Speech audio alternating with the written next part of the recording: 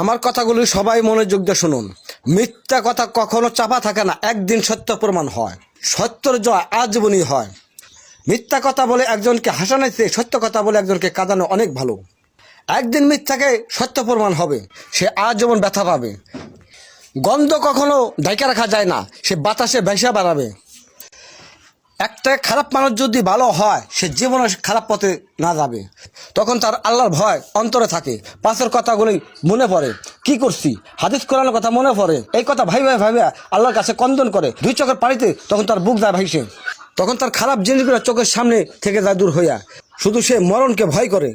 মরণকে ভয় করতে করতে সে তার জীবন পার হয়ে যায়, কিন্তু খারাপ পথে সে আর আগ্রহ তার থাকে না।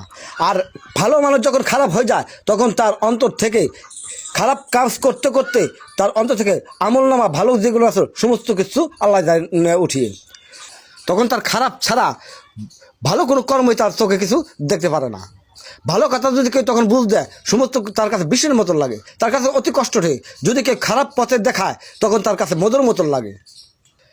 কোনো বুঝি তখন তার কাজে আসবে না, সে আর জীবনও ভালো হবে না। শয়তান আল্লাহ পাকের কাছে ওয়াদা করেছে, আল্লাহ পাক আপনি এত জান্নাত বানান কিসের জন্য? আপনার বান্দাদেরকে আমি তো জাহান্নামে প্রবেশ করাবো। তো জাহান্নাম বানান বেশি করে। আল্লাহ পাক কইছে আমার বান্দাদের তাকে তুই নিতে পারবি না কখনই। আল্লাহ পাকের কাছে শয়তান ওয়াদা করেছে, যখন একটা মানুষ শয়তানকে ধোঁকা দেয় এবং খারাপ পথে নেয়, তখন খারাপ পথে নেয় জাহান্নামে পৌঁছে দেয়।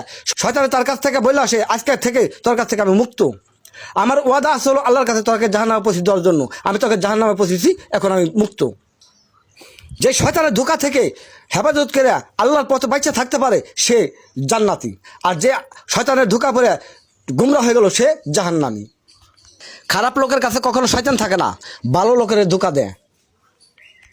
একজনকে বদনাম করে গিবাত করে তার কাছে মানুষের কাছে ক্ষণিক্ষণে কিছু ভালো থাকা যায়, কিন্তু যে প্রকৃত মানুষ সে বুঝতে পারে এই লোকটা যেন একজন গিবাত করতেছে, এই লোকটা কত ভালো তাইলে। আর তার অনুসারী যারা, তারা বিশ্বাস করে ঠিকই বুঝি সেই লোকটা এত খারাপ, তা না হলে এমন ব্যবহার করবো কেন তার সাথে।